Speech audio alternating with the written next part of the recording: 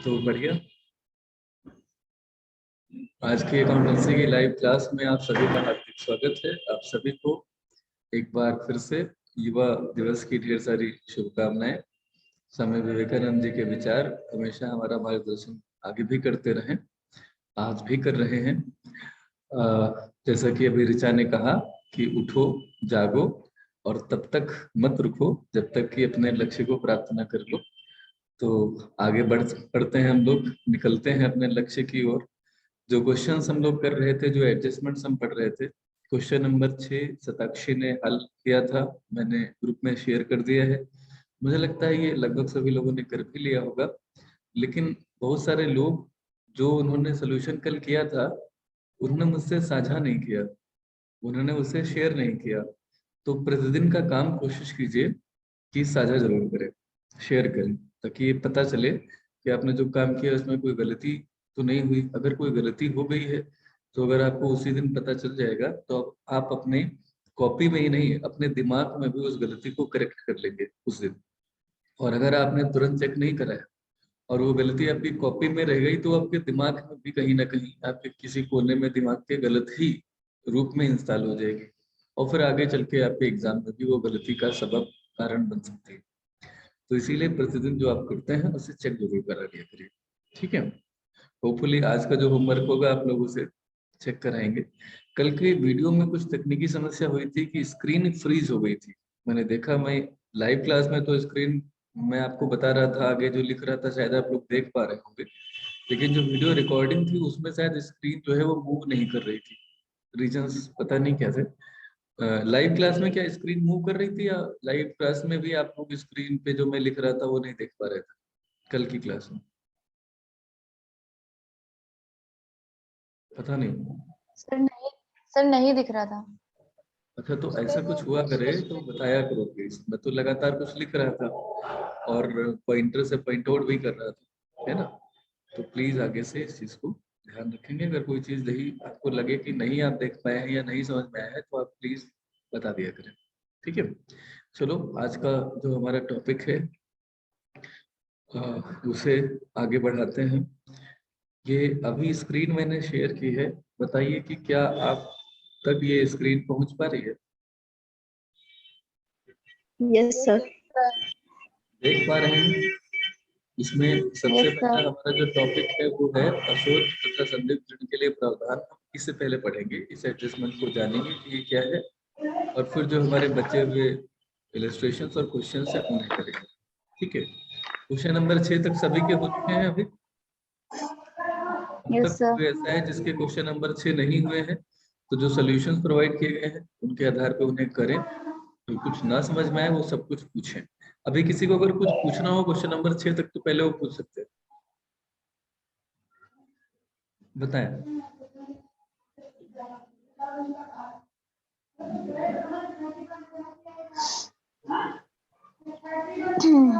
मिताली, तुम कुछ बोल रही हो लेकिन वो आवाज आ नहीं रही है। अगर तुम कुछ बोल रही हो तो आवाज नहीं आ रही। तुम एक काम करो, हेडफोन निकाल के बिना हेडफोन के बोलो, हो सकता है इसका माइक काम ना कर रहा हो।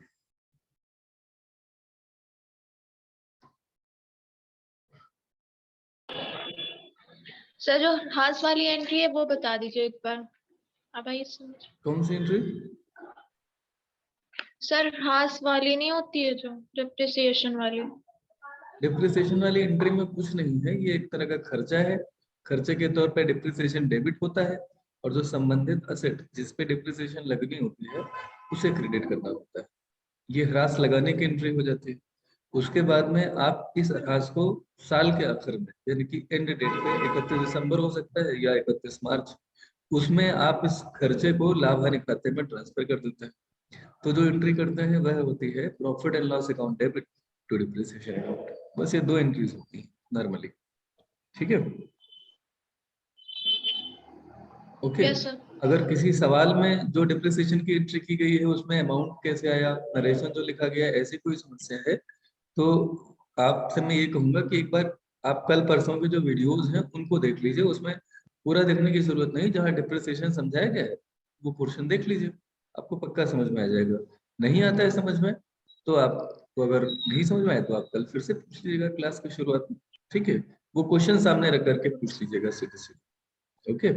कैमरा के सामने आप अपना सोल्यूशन अपनी कॉपी ले जा सकते हैं ऐसे, और दिखा करके भी पूछ सकते हैं, कोई इश्यू नहीं उसमें, ठीक है। अभी फिलहाल हम जो हमारा टॉपिक है अशुद्ध तथा संदिग्ध ऋण के लिए प्रावधान, इसकी शुरुआत कर लेते हैं। देखिए अशुद्ध तथा संदिग्ध ऋण क्या होते हैं ये तो आप पढ़ चुके हैं पीछे। अशुद्ध और संदिग्ध ऋण जो होते हैं वह आपने पीछे पढ़ा कि हर बार जब आप विक्रय करते हैं तो कुछ विक्रय होता है उसमें नकद और कुछ होता है उधार। उधार विक्रय जिन्हें आप करते हैं वह देनदार कहलाते हैं। देनदारों में से सारे के सारे देनदार आपको कभी भी पूरा का पूरा पैसा दे नहीं पाते। जो लोग नहीं पैसा दे पाते हैं, जितना पैसा आपको वसूल नहीं हो पाता या जितना पैसा वसूल करने में आप सक्षम नहीं हो पाते, तो वह दिया गया उधार आपके लिए खराब उधार होता है, बैड डेट होता है। तो वह बैड डेट एक तरह का लॉस है, और लॉसेस हमेशा डेबिट होते हैं। जैसे अभी मिताली ने पूछा तो मैंने डिप्रिसिएशन का बताया कि depreciation account debit to asset करते हैं।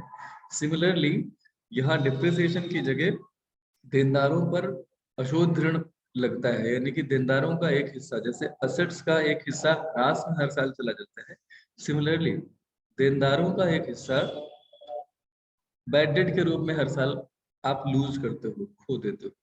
तो जैसे depreciation account debit to asset होता है, देनदार भी असेट ही है, आपको पता ही है। तो बैड डेट अकाउंट डेबिट भी bad debt account debit to asset यानी कि देनदार करते हैं। एंट्री जो होती है आपने पीछे पढ़ा था, मैंने 2 दिन पहले की जो क्लास थी उसमें आपको बताया था कि bad debt account debit to debtors की एंट्री करते हैं। जो लास्ट वाला एग्जांपल था ना रामलाल श्यामलाल वाला, उसमें हमने यही किया था, ठीक है। तो जो इसमें सेकेंड एंट्री होती है ट्रांसफर की, वो क्या होती थी? वो होती थी profit and loss account debit to bad debt account. ये साल के आखिर में, क्योंकि एडजस्टमेंट्स की एंट्रीज हमेशा साल के आखिर में। और यही बात मैंने आपको बताई थी जब आप अभी कल पढ़ रहे थे, जो इंटरेस्ट ऑन ड्राइंग्स था और उसमें अलग अलग समय पे आहरण किया गया था। तो कभी कुछ बच्चों ने गलती से क्या किया था कि आहरण जो था वह उन्होंने गलती से क्या कर दिया था कि 3 बार अलग अलग डेट में ही इंटरेस्ट लगा दिया था।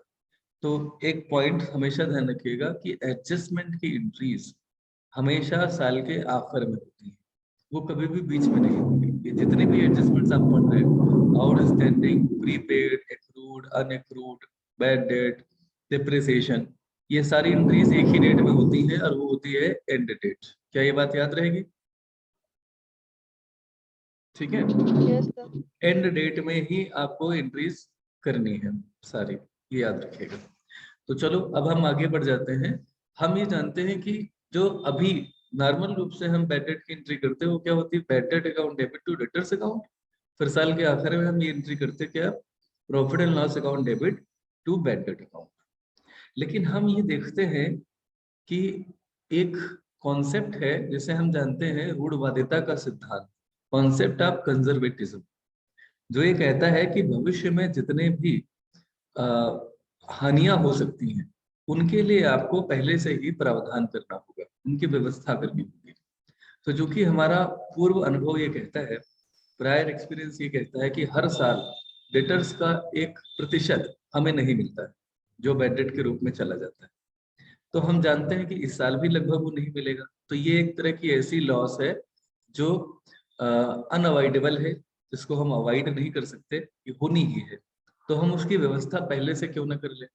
तो हर साल अगर हमें लगता है कि पिछले 4-5 सालों का हमारा अनुभव यह है कि देनदारों पर लगभग 5% रकम हर साल डूब जाती है, तो हम इस बार देनदार जितने दिखेंगे हमें साल के आखिर में, उतनी रकम का 5% हम देखेंगे कि कितना है 5%। और वह 5% जितना भी आएगा देनदारों की जो रकम है उसका 5% जितना भी आएगा, उतना हम हिस्सा लाभ हानि खाते से निकाल करके एक अलग अकाउंट में ट्रांसफर कर देते हैं। और उस खाते का नाम रखा जाता है क्या? Provision for bad debt account. ठीक है, क्या नाम रखा जाता है उसका? Provision for bad debt account. अभी जो स्क्रीन पे लिख रहा हूँ क्या वो दिख रहा है आप लोगों को? Yes sir. ठीक है। Yes sir. Provision for bad debt account में हम प्रॉफिट एंड लॉस अकाउंट से अगर कोई रकम ट्रांसफर करें तो at the time of creation profit and loss sir account. आपकी सर आवाज आवाज नहीं आ रही है। आवाज नहीं आई? जी सर, बंद हो गई थी बीच सर में। अब आ रही है। तो लाभ हानि ये खाता क्रेडिट, जब हम ये प्रोविजन फॉर बैडेड अकाउंट जो है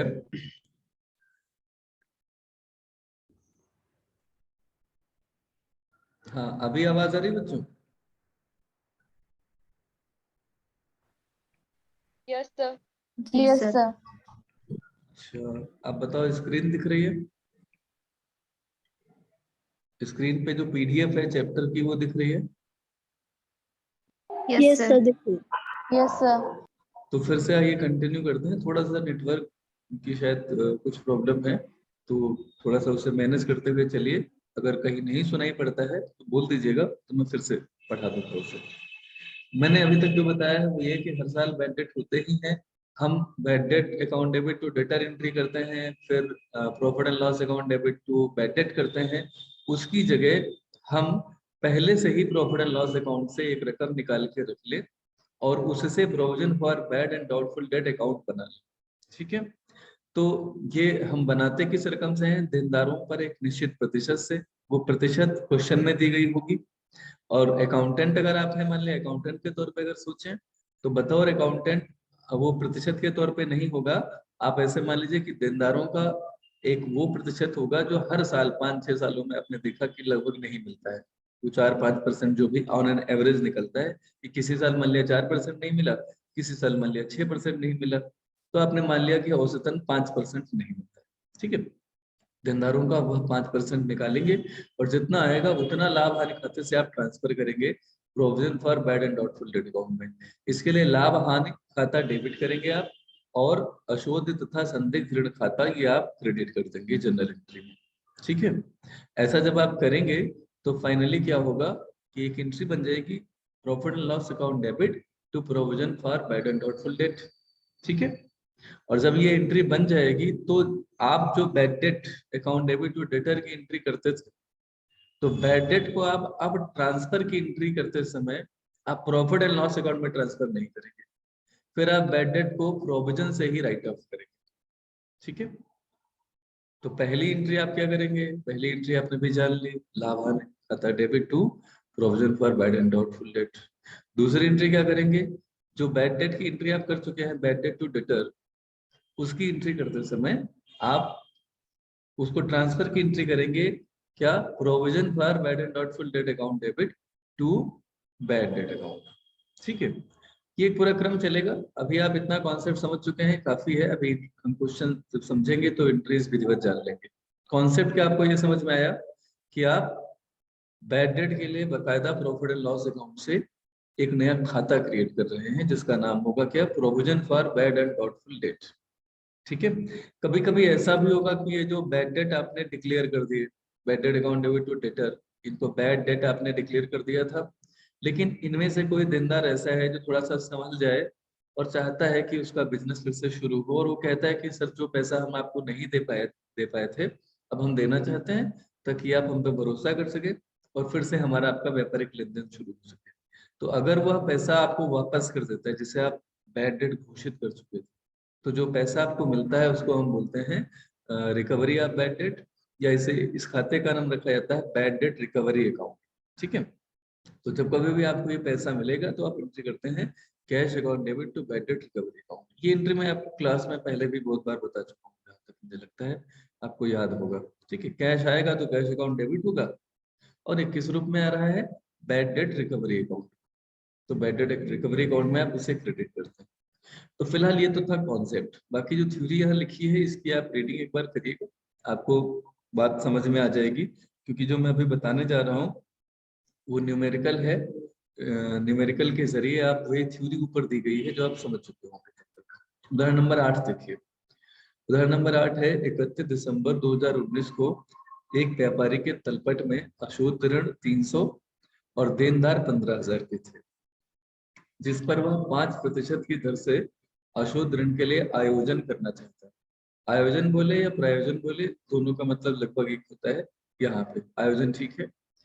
आवश्यक समायोजन के लेखे भी करने हैं, अशोध ऋण खाता भी बनाना है तथा अशोध ऋण प्रावधान खाता भी खाता बही में आपको बनाना है, ठीक है।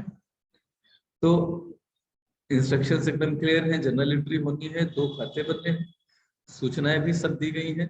बैड डेट कहा गया है कितने हैं, पहले से 300 हुए हैं और देनदार कितने हैं 15,000, ठीक है। तो हमें ये सूचना ये दी गई है कि आपको आवश्यक समायोजन का लेखा करना है। तो समझना जरा, अशोध ऋण तलपट में पहले से ही दिए गए, तो जब कोई भी खाता तलपट में पहले से ही दिया गया हो, ये इस बात का सबूत है कि इसका खाता बना होगा, तभी तो उसका बैलेंस बचा है। और खाता बना है इसका मतलब उसकी जनरल एंट्री भी ऑलरेडी हो चुकी है। तो तलपट में पहले से ही बैड डेट दिख रहे हैं 300, इसकी एंट्री ऑलरेडी हो चुकी है, तो इसके करने की जरूरत है क्या, इसकी करने की जरूरत नहीं है। क्या ये बात क्लियर है। इसके बाद में 15,000 के देनदार में, तो ये 15,000 के देनदार भी उसी तलबट में दिए गए हैं। इसका मतलब है कि 15,000 के देनदार ये 300 रुपए का बैड डेट्स घटाने के बाद बचे होंगे, क्योंकि ये एंट्री हो चुकी है ना। और अगर ये बैड डेट की एंट्री हुई होगी तो देनदार ऑलरेडी 300 से क्रेडिट हुए होंगे, जनरल एंट्री आपने की होगी, bad debt account debit to debtor account. तो इसका मतलब है कि देनदार 300 रुपए घटाए जाने के बाद 15,000 बचे, ठीक। अब इस पर 5% की दर आप अप्लाई करोगे, 15,000 का 5% निकालोगे, ठीक है। आपको पता ही है किसी भी अमाउंट का अगर 10% निकालना हो तो एक जीरो हटा देते हैं, तो बचेगा कितना 1500। चूंकि 10% की जगह आपको निकालना है 5%, तो आप इस 1500 का भी आधा कर दीजिए।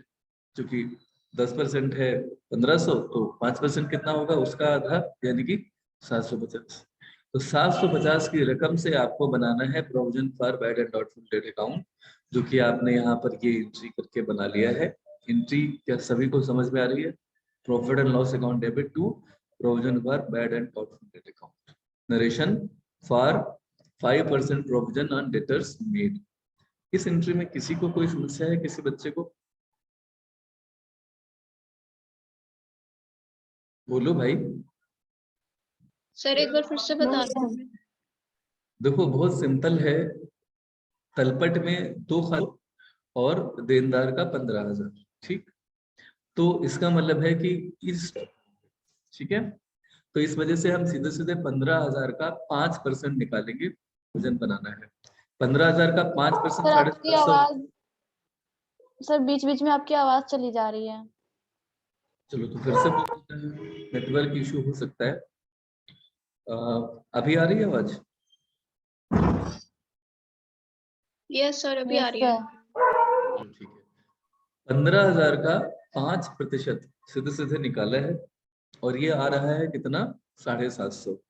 इसी से आपने एक एंट्री की है provision, sorry profit and loss account debit to provision for bad debt account, और ये एंट्री आपने की है प्रोविजन बनाने की। नरेशन होगा for 5% provision on debtors made, ठीक है। कोई समस्या,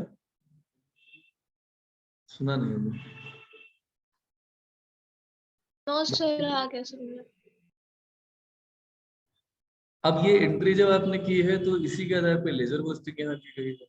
ये जो लेजर पोस्टिंग है इसमें चूंकि पहले से पता है कि बैड डेट का बैलेंस 300 है, तो आप यहाँ पे बैड डेट का जो बैलेंस है वो बैलेंस तो होता नहीं है, वो क्या एंट्री हुई होगी इमेजिन कीजिए।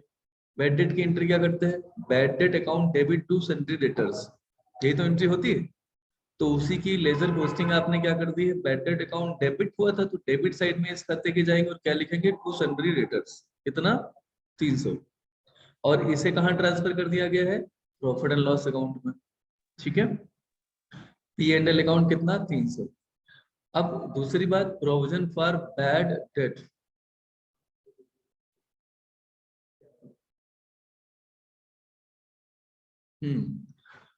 प्रोविजन फॉर बैड डेट जो है ये एक खाता है जिसमें जो 750 आपने अभी ट्रांसफर किए, जरा सा देखें इसे। To provision for bad debt credit हुआ है, तो क्रेडिट साइड में जाएंगे और क्या लिखेंगे, अपोजिट में क्या है, पी एंड एल अकाउंट। तो यहाँ क्या आ जाएगा, by P and L account 750, ठीक है। और ये बैलेंस इसका बचा रहेगा, तो इसी तारीख में दिसंबर 31 को ही इसकी बैलेंसिंग कर देंगे 750, ओके। इसमें ऊपर जहां पे बैड डेट अकाउंट हुआ है बच्चों, इसको थोड़ा सा सुधारना रहेगा, इसमें गलती हो गई है। ये जो बाई P&L अकाउंट लिखा गया है, यहाँ पर आपको लिखना पड़ेगा by provision for bad debt account. यहाँ PL की जगह क्या लिखेंगे, इसे कट कर दीजिए, यहाँ क्या लिखेंगे, by provision for bad debt account, इसको प्रोविजन कर लीजिए। ओके, ये प्रोविजन होगा यहाँ पे, इसको सुधार लीजिएगा। क्यों होगा, क्योंकि जब आप provision for bad debt account बनाते हैं तो बनाते ही इसीलिए है कि आप बैड डेट को सीधे प्रॉफिट एंड लॉस अकाउंट में ट्रांसफर नहीं करेंगे, यानी कि बैड डेट को प्रॉफिट एंड लॉस अकाउंट से रिटर्न ऑफ नहीं करोगे, आप क्या करोगे, प्रोविजन से राइट ऑफ करोगे। तो उसकी एंट्री जो होती है वो होगी बैड डेट अकाउंट डेबिट। जैसे आप बैड डेट को डेबिट कर चुके हो, तो अब आप उसे क्रेडिट करोगे, तो आप एंट्री क्या करोगे, provision for bad debt account debit to bad debt account. तो चूंकि बैड डेट अकाउंट क्रेडिट हुआ है और अपोजिट में क्या आएगा, provision for bad debt account, तो यहाँ पे आप provision for bad debt account ही लिखोगे, प्रॉफिट एंड लॉस नहीं लिखोगे। ठीक है, क्या ये बात क्लियर है? यस सर, एक बार फिर से बताइए। मतलब ये है बेटा कि जैसे